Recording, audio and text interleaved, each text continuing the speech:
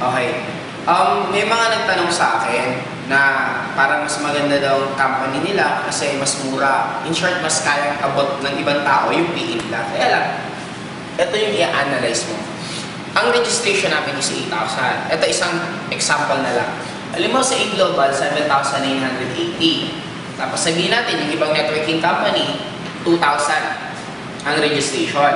Kung pareho silang binary, normally, kung ang A-Global, ang net referral bonus nila is 500 pesos, eto, hindi rin nila syempre kaya maging 500. Malamang, sabihin na lang natin, ang direct referral nila, sabihin natin, halimbawa na lang 200 pesos. Okay? Ang pairing ng A-Global, sabihin na ang pairing nila, 1.5. Sa kanila, sabihin mo na lang, ang pairing din nila, gawin na lang natin ang 500. Okay, in the long run, kung i-analyze mo, pag nag-network ka na, kung ikaw to, at ito yung ginagawa mong company, ito yung tinatrabaho mo, ang pamasahe mo, 7 pesos din. Ang pamasahe dito, 7 pesos din. Ang load niya, piso. Ang load dito, piso. Pareho din yung magiging expenses nyo. At take note, yung pag-i-explain mo sa 2,000 at pag-i-explain mo sa 7,880, pareho lang. Mag-explain ko sa 2,000, may mga ibang tao na after pinresentan, hindi pa rin sumali. May mga naman na sumasali. Kaya lang ang dilema doon, in the long run, imagine mo nagpagod ka, ilang tao kinausap mo, magkano lang kikitain mo. Ito. Unlike ito, may kinausap ka, ito yung pwede mong kitain. At in the long run, yung magiging pairing, mas malaki yung magiging kita mo. Kaya pareho yung magiging effort. So, parehong effort, kaya lang yung income mo mas maliit. Kaya ganun din. Kasi kung sa totoo lang, kung i-base natin pamurahan, di ba? Ang magandang networking kami pamurahan. Doon na lang, meron akong alam na isang networking company, aloe vera produkto nila, ang registration nila ay magkano?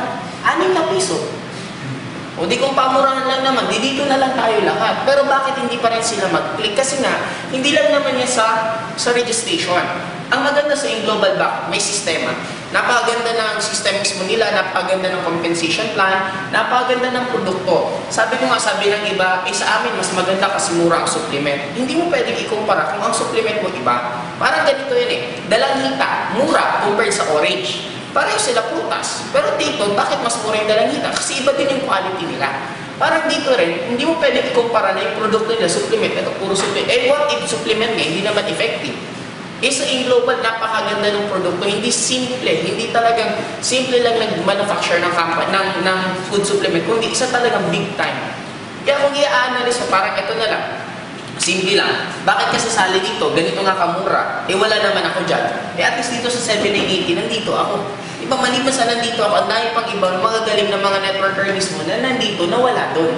Kaya in short, ang titingnan natin, hindi lang dahil sa presyo. Tingnan mo rin yung magiging kasama mo, yung magiging may-ari, yung ambience ng opisina, lahat. Ang dami pang factor na i-analyze kung bakit ganito ang registration ng global. Okay, Docs?